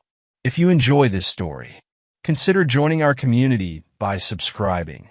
It means the world to us. For more stories like this one, check out the recommended videos on screen. And I'll see you there. Welcome back to another episode of Infidelity Tales Lab. We're thankful for your continued viewership. Before we begin, tell us, where in the world are you watching from? We love knowing our global reach. Now, let's dive into today's story. Chapter 1, The Accountant's Mask. Frank Morrison adjusted his reading glasses and stared at the spreadsheet glowing on his laptop screen. Numbers, columns, tax codes, the mundane armor he'd worn for 12 years. To everyone in Riverside Heights, he was just another suburban accountant who drove a sensible Honda and complained about property taxes at neighborhood barbecues. But beneath the polyester shirts and pocket protectors lived a ghost. Langley had called him the Shadow during his 15-year tenure with the CIA's Special Activities Division. He'd infiltrated terrorist cells in Kandahar, eliminated targets in Belgrade, and vanished into crowds like smoke. Then came a mission in Tehran that went sideways. 3 good agents dead because of faulty intelligence. Frank had extracted himself and disappeared into civilian life, carrying scars no one could see. He'd met Diana Kellerman at a coffee shop near George Washington University, where she was finishing her psychology degree. Beautiful, ambitious, with eyes that seemed to hold secrets. She claimed her parents died in a car crash when she was 20, leaving her alone in the world. Frank, tired of shadows and death, saw salvation in her vulnerability. Their wedding was small. Diana insisted on keeping it quiet. Just close friends, she'd said. Frank didn't question why none of her family attended. Love made him careless, and carelessness was a luxury he couldn't afford. Now, 12 years later, Frank sat in his home office listening to his wife's voice drift up from the kitchen below. She was on another late-night call, speaking in hushed tones. Lately, these calls had become frequent. The timing has to be perfect, Diana's voice carried through the heating vent. The Iranian sleeper cells will make it look like a car bomb. Then we split his $5 million life insurance policy. Frank's hand froze over the keyboard. The coffee mug beside him, decorated with world's best dad from their daughter Chloe, suddenly felt like a lead weight. Iranian sleeper cells. Life insurance. His life insurance. Every instinct honed by years of tradecraft screamed to life. Frank closed his laptop with surgical precision and moved to the window. Diana stood in the kitchen below, phone pressed to her ear, her free hand gesturing animatedly. The woman he'd shared a bed with for over a decade was planning his murder. He thought of 15-year-old Chloe, probably texting friends in her room, unaware her mother was orchestrating patricide. Or was she? In Frank's world, family meant nothing when survival was at stake. Trust was a commodity he could no longer afford. Diana hung up, and Frank watched her reflection in the kitchen window. No tears, no guilt, just the satisfied expression of someone who just completed a business transaction. She pulled out a bottle of wine and poured herself a generous glass, toasting her own reflection. Frank backed away from the window and opened his laptop again. But instead of spreadsheets, he accessed a partition hidden behind layers of encryption. Inside were the tools of his former life. Contact lists, safe house locations, weapon caches, and identities he'd maintained for emergencies. The shadow was awake. Chapter 2. The Investigation. Frank arrived at his office the next morning carrying the same leather briefcase he'd used for years, but inside, beneath the tax forms and calculators, lay a Glock 19 and surveillance equipment worth more than most people's cars. Morrison & Associates accounting occupied a modest suite above a sandwich shop. The perfect cover for a man who needed to appear ordinary while conducting extraordinary business. His secretary, Mrs. Patterson, greeted him with her usual efficiency. Your 9 a.m. appointment called to reschedule, and your wife phoned about dinner plans. What did she say exactly? Frank asked, hanging his coat with practiced calm. Something about trying that new Persian restaurant downtown. Said she had a surprise for you. Persian. The pieces were falling into place with chilling clarity. Once alone, Frank activated the white noise generator he'd disguised as a radio and began his investigation. Diana Morrison, birth name Diana Kellerman, had arrived in the United States 18 years ago on a student visa. Her backstory checked out on the surface, but Frank knew how to dig deeper. The car crash that killed her parents? It happened, but the victims were Harold and Margaret Kellerman from Tucson, Arizona. No children listed. Diana had stolen a dead girl's identity. Next, he traced her financial records. The psychology degree was real, but she'd never practiced. Instead, she'd received monthly payments from a consulting firm called Meridian Strategic Solutions. Frank ran the company through his databases. It was a front for the SVR, Russia's Foreign Intelligence Service. His wife was a Russian operative. Frank leaned back in his chair, processing the revelation. For 12 years, he'd been married to the enemy. Diana had played the long game, infiltrating his life, bearing his child, waiting for the perfect moment to eliminate him. But why now? He pulled up classified briefings he still had access to through carefully maintained back channels. 3 months ago, the CIA had begun Operation Nightfall, a deep-cover mission to identify and neutralize a Russian spy network operating on the East Coast. Frank wasn't officially involved, but Langley would want to debrief anyone who'd been married to a Russian asset for over a decade. Diana knew he was a former CIA operative. She had to, which meant everything. Their meeting, their marriage, Chloe's birth, had been orchestrated. The question was, how much did their daughter know? Frank's secure phone buzzed. A text from an unknown number. Persian restaurant. Table 12. Come alone. D. He smiled grimly. Diana was accelerating her timeline. Good. Frank preferred his enemy's impatient. At 5 p.m., Frank drove to Shiraz Palace, a upscale Persian restaurant in downtown Richmond. He'd changed into a simple gray suit and carried a newspaper, the picture of suburban normalcy. But beneath his jacket, the Glock waited, and in his ear, a nearly invisible device recorded everything. Diana sat at table 12, wearing a black dress that accentuated her figure. She looked up as he approached, and Frank saw something new in her eyes, predatory anticipation.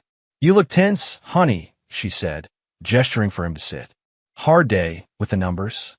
The usual. Frank studied the menu, noting the restaurant's layout, exits, and potential threats. This is nice. What's the occasion? Can't a wife surprise her husband? Diana sipped her wine. I've been thinking about us lately. About changes. What kind of changes? Before Diana could answer, a man approached their table. Tall, dark hair, expensive suit, with the posture of someone accustomed to violence. Frank recognized the type, muscle with brains. Diana, darling. The man bent to kiss her cheek, his hand lingering on her shoulder. You must be Frank. I'm Tony Vasquez, Diana's business partner. Frank stood, offering his hand. Tony's grip was firm, testing. Business partner? Diana never mentioned. International consulting, Diana interrupted smoothly. Tony helps with overseas clients. Tony sat without invitation, signaling the waiter. Frank, Diana's told me so much about you. The quiet accountant who keeps everyone's secrets safe. The emphasis on secrets wasn't lost on Frank. This was a probing session, testing how much he knew, how much he suspected. Tony wasn't just muscle. He was Diana's handler. As the evening progressed, Frank played his role perfectly. The boring suburban husband, slightly uncomfortable with his wife's worldly colleague, asking harmless questions about their business. But he was cataloging everything. Tony's watch Omega Seamaster, favored by intelligence operatives, the slight bulge under his left armpit shoulder holster, the way he scanned the room every few minutes, operational awareness. When they parted ways, Diana kissed Frank's cheek and whispered, See you at home, darling. We need to talk. Frank drove home through surface streets, checking for surveillance. Clean. But as he pulled into his driveway, he noticed Chloe's bedroom light was off. His daughter never went to bed before midnight on weekends. Inside, Diana waited in the living room with 2 glasses of wine. Sit, she said, patting the couch beside her. Let's talk about our future. Frank sat, accepting the wine, but not drinking. What's on your mind? Honesty. Diana's mask slipped slightly. I know you've been investigating me, Frank. Or should I call you Shadow? The game was over. Chapter 3, The Reveal. Frank set down his wine glass with deliberate calm. I'm not sure what you mean. Diana laughed, a sound devoid of warmth. Please, did you really think I wouldn't notice? The extra time at the office, the questions about my past, the way you've been watching me. She stood, moving to the mantel where their wedding photo sat. 15 years with the CIA's Special Activities Division. 17 confirmed kills. The Tehran incident that made you disappear. Where's Chloe? Frank's voice carried a dangerous edge. Safe. For now. Diana turned, and Frank saw the woman he'd really married. Cold, calculating, lethal. She's with friends. This conversation is just between us. And Tony, my handler, yes. SVR has been planning this operation for 20 years. Find a burned American intelligence asset. Place an operative close to him. Create a life that makes him soft and complacent. Diana poured herself more wine. You were the perfect target, Frank. Traumatized, isolated, desperate for connection. Frank remained seated, hands folded. And our daughter? A happy accident that made the cover more convincing. Diana's casual dismissal of Chloe hit Frank like a physical blow. Though she's proven useful in other ways. Explain. Chloe isn't with friends, Frank. She's been recruited. 15 years old and already showing remarkable aptitude for the family business. Diana smiled. She's been reporting on you for 2 years. Every conversation, every habit, every weakness. The betrayal cut deeper than anything Frank had experienced in war. His own daughter trained to spy on him, to help orchestrate his murder. But he kept his expression neutral, a skill that had kept him alive in hostile territory. The insurance policy? He asked. $5 million, split between your grieving widow and her business partner. But that's just the bonus.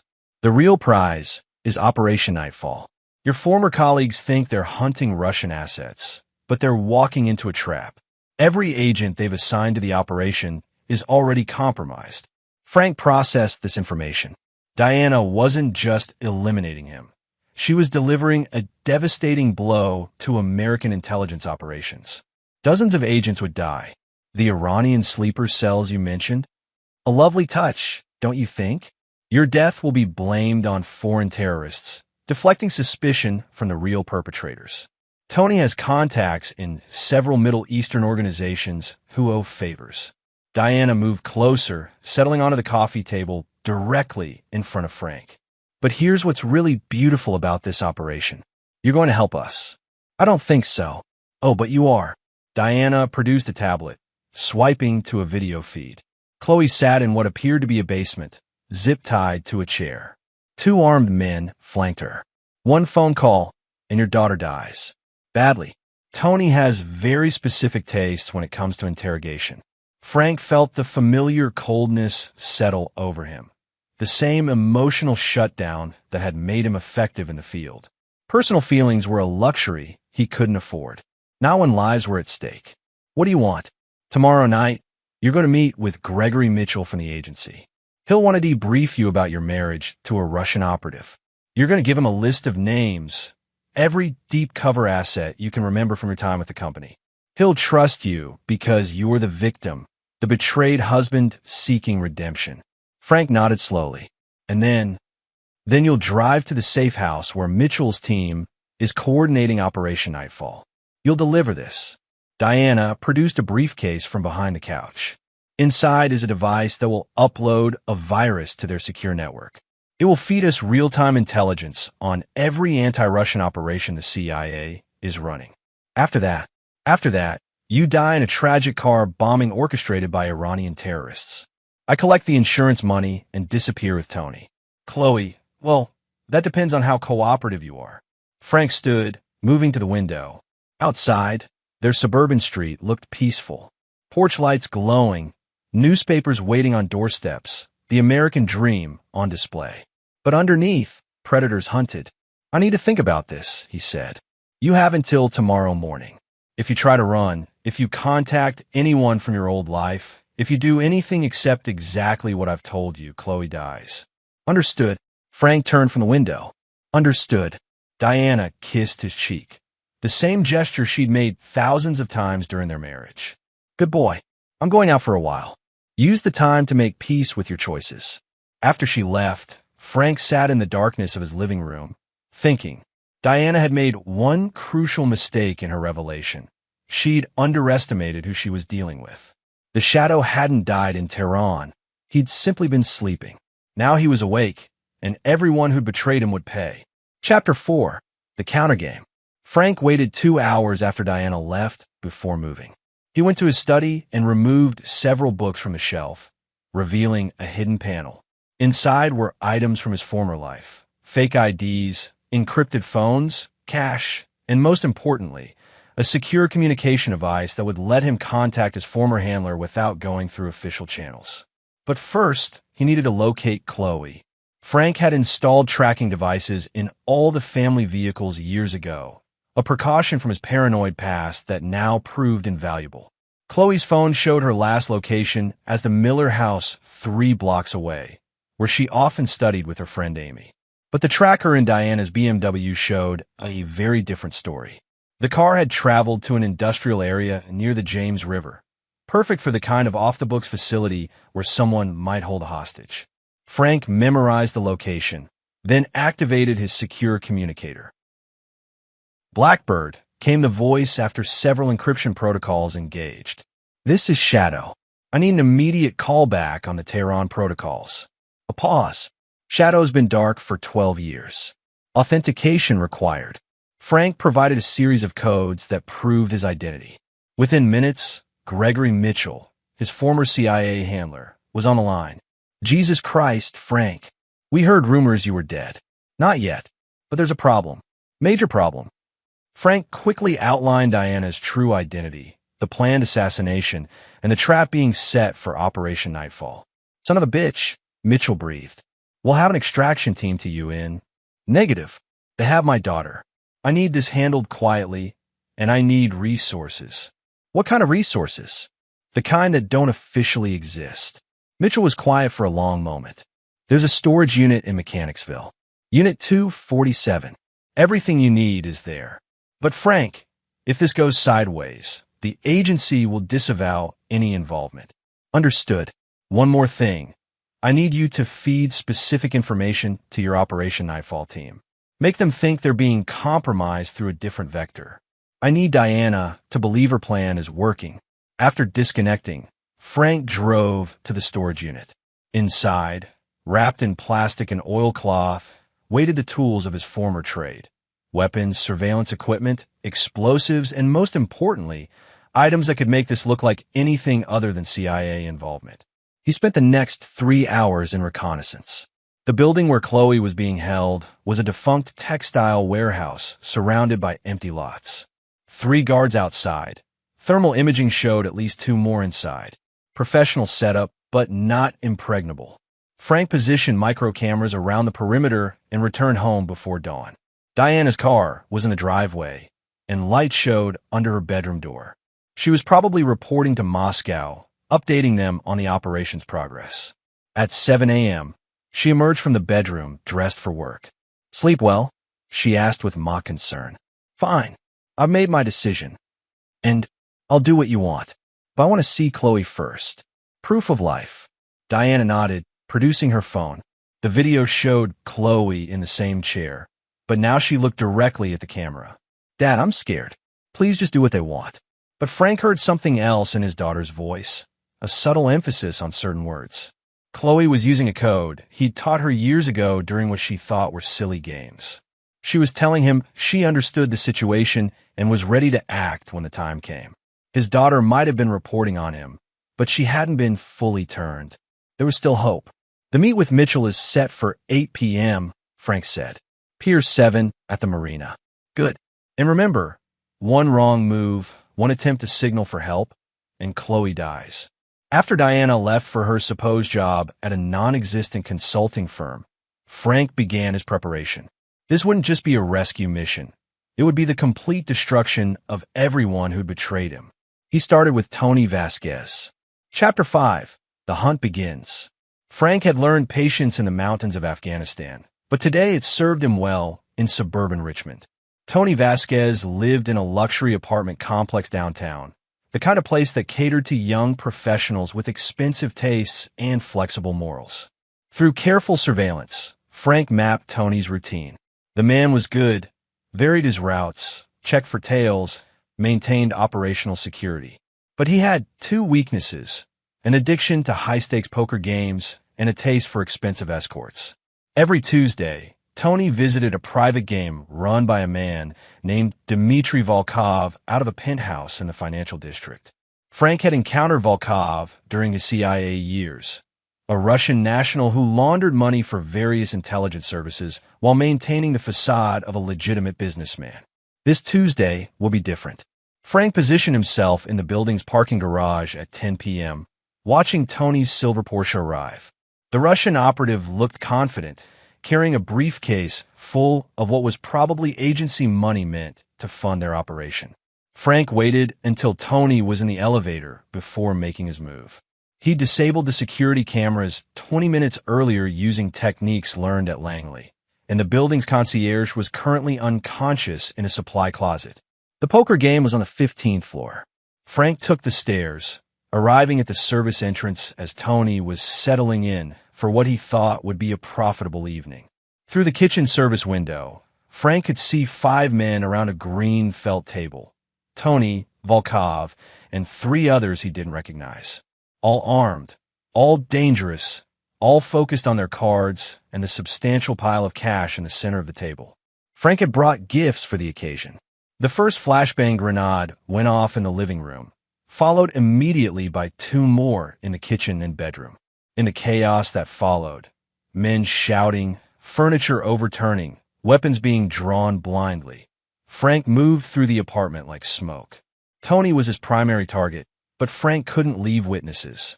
The other players learned too late that their Tuesday poker game had become their last game. When the smoke cleared, Frank stood over Tony's bleeding form. The Russian operative had taken a non-fatal shot to the shoulder and leg, careful placement that would keep him conscious and talking. "Where is my daughter?" Frank asked in fluent Russian, pressing the barrel of his Glock against Tony's kneecap. "Go to hell," Tony gasped. Frank pulled the trigger. Tony's scream echoed through the penthouse. "I have all night," Frank said conversationally. "And I learned interrogation techniques from people who made the KGB look like Sunday school teachers. Where's Chloe?" It took 40 minutes, but Tony eventually gave up the location, confirming what Frank already knew, plus something more valuable: the full scope of the operation. Diana wasn't just eliminating Frank and compromising Operation Nightfall. She was the advanced scout for a larger SVR operation called Red Winter, designed to eliminate every burned Russian asset living in America while simultaneously destroying the CIA's counterintelligence capabilities. Frank was the proof of concept. If they could successfully eliminate a former CIA operative while compromising an active operation, they would roll out the strategy nationwide.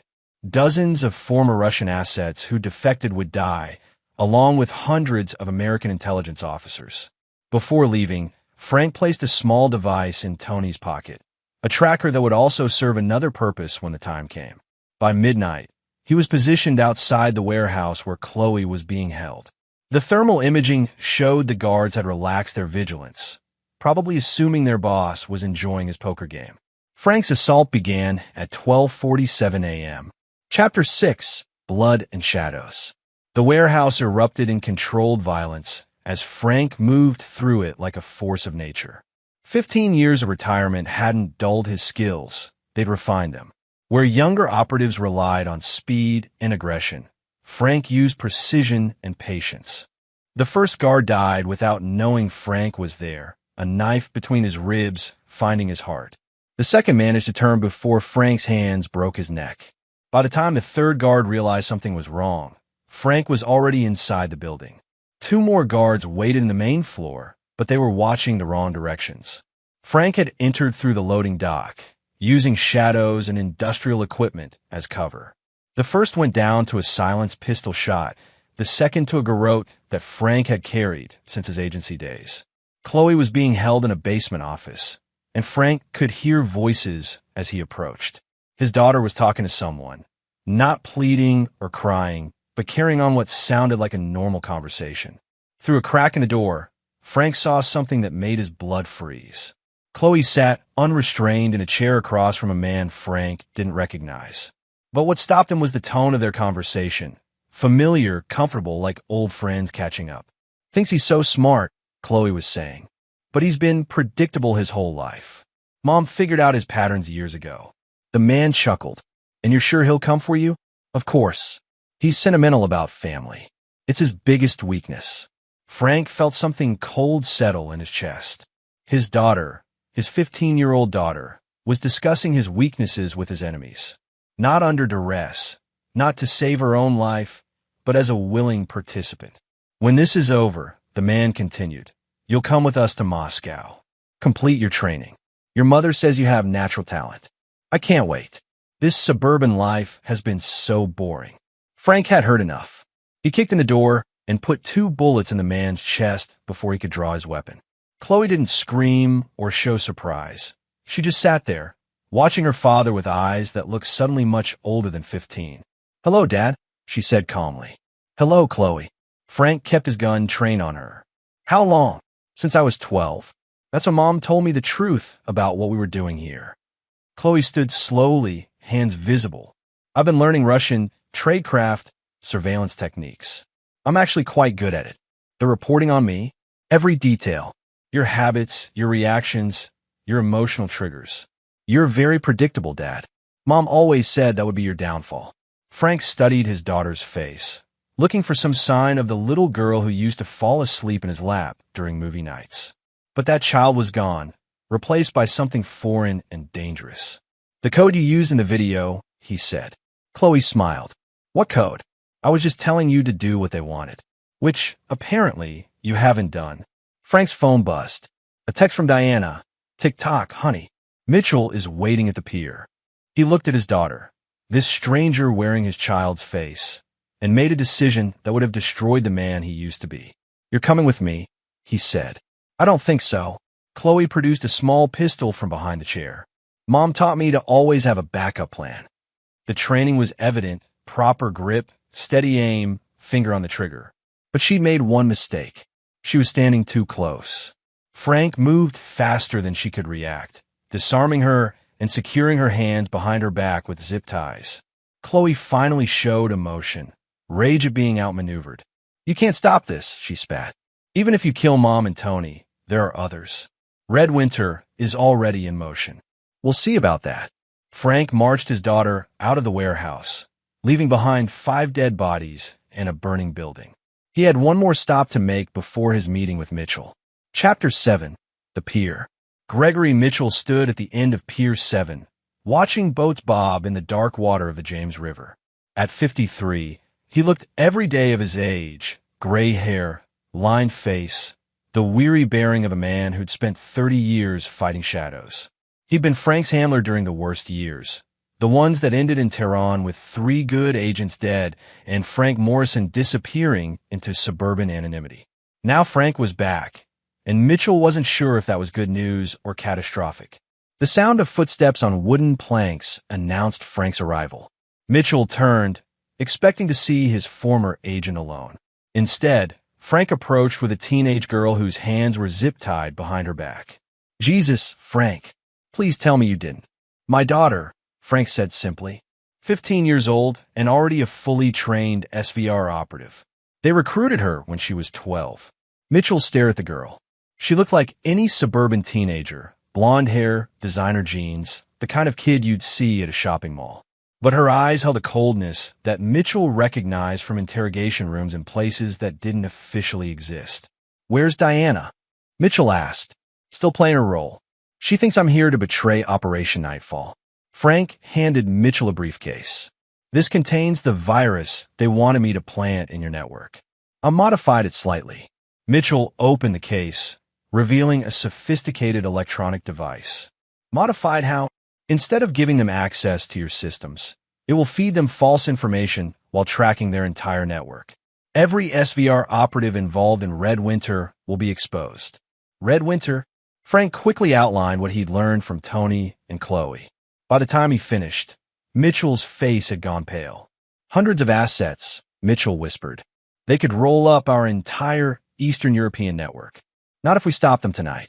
Frank checked his watch. "Diana expects me back in 2 hours. I need you to stage my death." "Come again." "Car bomb. Iranian terrorists. Make it convincing.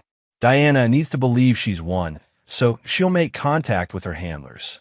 When she does, we follow the trail all the way to Moscow, if necessary." Mitchell looked at the teenage girl. "What about her?" "Chloe is going to help us," Frank said. When his daughter started to protest, he continued, "Because the alternative is a federal prison for treason. She's 15, so she might get out when she's 40. Chloe's composure finally cracked. "You wouldn't." "Try me." Frank's voice carried the coldness that had once terrified enemies in a dozen countries. "You helped plan my murder. You betrayed your own country. I don't care if you're my daughter. You're an enemy combatant now." Mitchell intervened. "Frank, she's just a kid.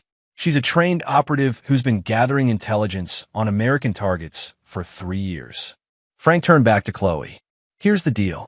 You help us roll up Red Winter, and maybe, there's a path back to a normal life. You refuse, and you spend the rest of your youth in a federal facility." Chloe looked between her father and Mitchell, calculating odds. Finally, she nodded. "Good. Here's what's going to happen." Chapter 8. The Trap. Diana Morrison sat in her BMW outside the Richmond Marina, watching emergency vehicles respond to the spectacular car explosion that had occurred 20 minutes earlier. The fireball had been visible from 2 miles away, exactly the kind of dramatic statement that Iranian terrorists favored. Her phone rang. Tony's number. "It's done," came Tony's voice, slightly distorted by what sounded like pain medication. "Motherfucker put up more of a fight than expected, but he's crispy now." "Injuries?" Diana asked, noting the strain in Tony's voice. "Nothing serious. Had to get creative with the interrogation, but he gave us what we needed before the end." Diana smiled. "And the device? Planted in Mitchell's network. We should have full access within the hour." "Perfect." Phase 1 of Red Winter was complete. "Meet me at the safe house," Diana said. "We need to coordinate the next phase." She drove through Richmond's quiet streets, thinking about Moscow's reaction when they learned of the operation's success. The elimination of a former CIA operative, the compromise of an active counterintelligence operation, and the recruitment of valuable assets, all accomplished while maintaining perfect cover.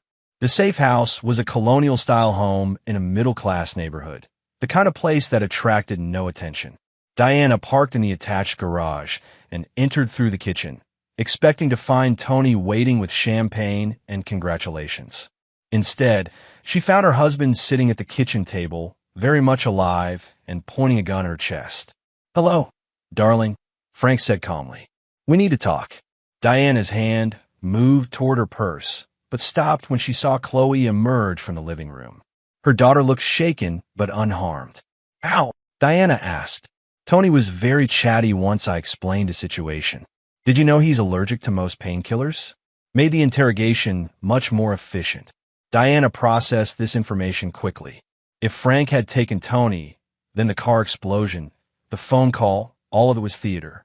Which meant, Operation Nightfall isn't compromised, she said. On the contrary, it's working exactly as intended. We've been tracking your communications for the past 6 hours. Every SVR operative involved in Red Winter is now known to us. Diana looked at her daughter. "Chloe, I'm sorry, Mom. He made me choose." The betrayal cut deep, but Diana was a professional first and a mother second. She'd made similar choices during her own career. Still, it stung. "So what now?" Diana asked. "You turn me over to the FBI? Life in prison for your devoted wife." "Actually, I have something else in mind." Frank stood, keeping the gun trained on her. "You're going to contact your handlers and tell them Red Winter is proceeding on schedule. Then you're going to help us feed them false information that will lead to the complete destruction of SVR operations on the East Coast. And if I refuse?" Frank's expression didn't change. "Then you die. Here. Tonight. And your body disappears into the James River." Diana studied her husband's face and saw no mercy there. The mild-mannered accountant was gone, replaced by the predator she'd always known lurked beneath the surface. "You're bluffing. You wouldn't kill your own wife." Frank's phone buzzed. He glanced at it and smiled coldly. Tony Vasquez was found dead in his apartment 20 minutes ago. Apparent heart attack brought on by severe trauma. Very sad. Diana felt ice form in her stomach. Frank had executed Tony in cold blood, made it look natural. The man she'd lived with for 12 years was capable of casual murder. "What about Chloe?" she asked. "Chloe is going to help clean up the mess you've made. Her cooperation will determine whether she has a future in this country or spends her adult life in a federal facility." Diana looked at her daughter again. Chloe had chosen survival over loyalty, exactly what Diana herself would have done. Perhaps there was hope for the girl after all. "I'll need guarantees," Diana said. "Immunity, protection, relocation." "You'll get exactly what you've earned," Frank interrupted. "Nothing more." Diana weighed her options. Cooperation might mean life in witness protection. Refusal meant death. The choice was obvious. "What do you need me to do?" Chapter 9. The Shadow's Justice. 6 months later, Frank Morrison sat in a coffee shop in Vienna, Austria, watching snow fall on cobblestone streets. The Vienna Cafe was a hub for intelligence professionals from every major service. The kind of place where enemies bought each other drinks while planning mutual destruction. Operation Red Winter had been a complete success from the SVR's perspective, right up until the moment it wasn't. Diana had played her role perfectly, feeding Moscow intelligence that led them to expand the operation prematurely. 17 SVR operatives had been arrested across 6 states. 3 safe houses had been compromised. Most importantly, the Russians had revealed their entire network of burned American assets, former CIA, NSA, and military personnel who'd been living quiet lives until Moscow decided they were too dangerous to leave alive. All of them were now under federal protection. All of them owed their lives to Frank's betrayal of his own family. Gregory Mitchell approached Frank's table, carrying 2 cups of coffee and the weight of a successful but morally complex operation. "She's asking to see you again," Mitchell said, settling into the opposite chair. "And my answer remains the same. Diana Morrison was currently in federal custody, awaiting trial for espionage." Her cooperation had been valuable, but Frank had no interest in seeing her again. The woman he'd married had never existed. She'd been a carefully constructed fiction designed to exploit his loneliness and trauma. What about Chloe? Frank sipped his coffee, thinking about his daughter. Chloe was also in federal custody, but her age and cooperation had earned her a different fate. Instead of prison, she was being offered a chance at redemption through service, a carefully supervised career with American intelligence, using her training to serve the country she'd betrayed. She made her choice, Frank said finally. Actions have consequences. She was a child, Frank, manipulated by people she trusted. She was 15 when she started reporting on me, old enough to understand the consequences of betrayal. Frank met Mitchell's eyes. I don't forgive traitors, Greg. Not even my own daughter. Mitchell nodded, understanding. He'd seen Frank make similar decisions during their years together, cutting away anyone who posed a threat, regardless of personal relationships. It was what made Frank effective and what made him dangerous. The agency wants you back, Mitchell said. Full reinstatement, desk job, good pension. I'm retired. You save hundreds of lives. You stopped a major intelligence disaster. That deserves recognition. Frank smiled grimly. I prevented my own murder and eliminated people who betrayed me. Everything else was just good citizenship. Mitchell left 20 minutes later, carrying Frank's final refusal to return to CIA service. Frank remained at his table, watching the snow and thinking Diana would spend the rest of her life in prison, assuming she lived that long. Intelligence officers who betrayed their services rarely died of old age, even in federal custody. Chloe would serve her country for the next 20 years, if she was lucky. If she wasn't, she'd make a mistake and end up like her mother. Frank suspected it would be the latter. The girl had too much of Diana's calculating coldness to ever be truly trustworthy. Tony Vasquez was dead, killed in what appeared to be a heart attack, but was actually the result of a small device Frank had placed in his pocket. The device had delivered a precisely calibrated electrical shock 12 hours after activation, long enough for Frank to be elsewhere when Tony died. 17 other SVR operatives were either dead or imprisoned. Their networks had been rolled up, their assets exposed, their operations terminated. Frank Morrison, the Shadow, had won completely. As evening fell over Vienna, Frank paid his bill and walked out into the snow. Tomorrow he would fly to Thailand, then to New Zealand, finally settling somewhere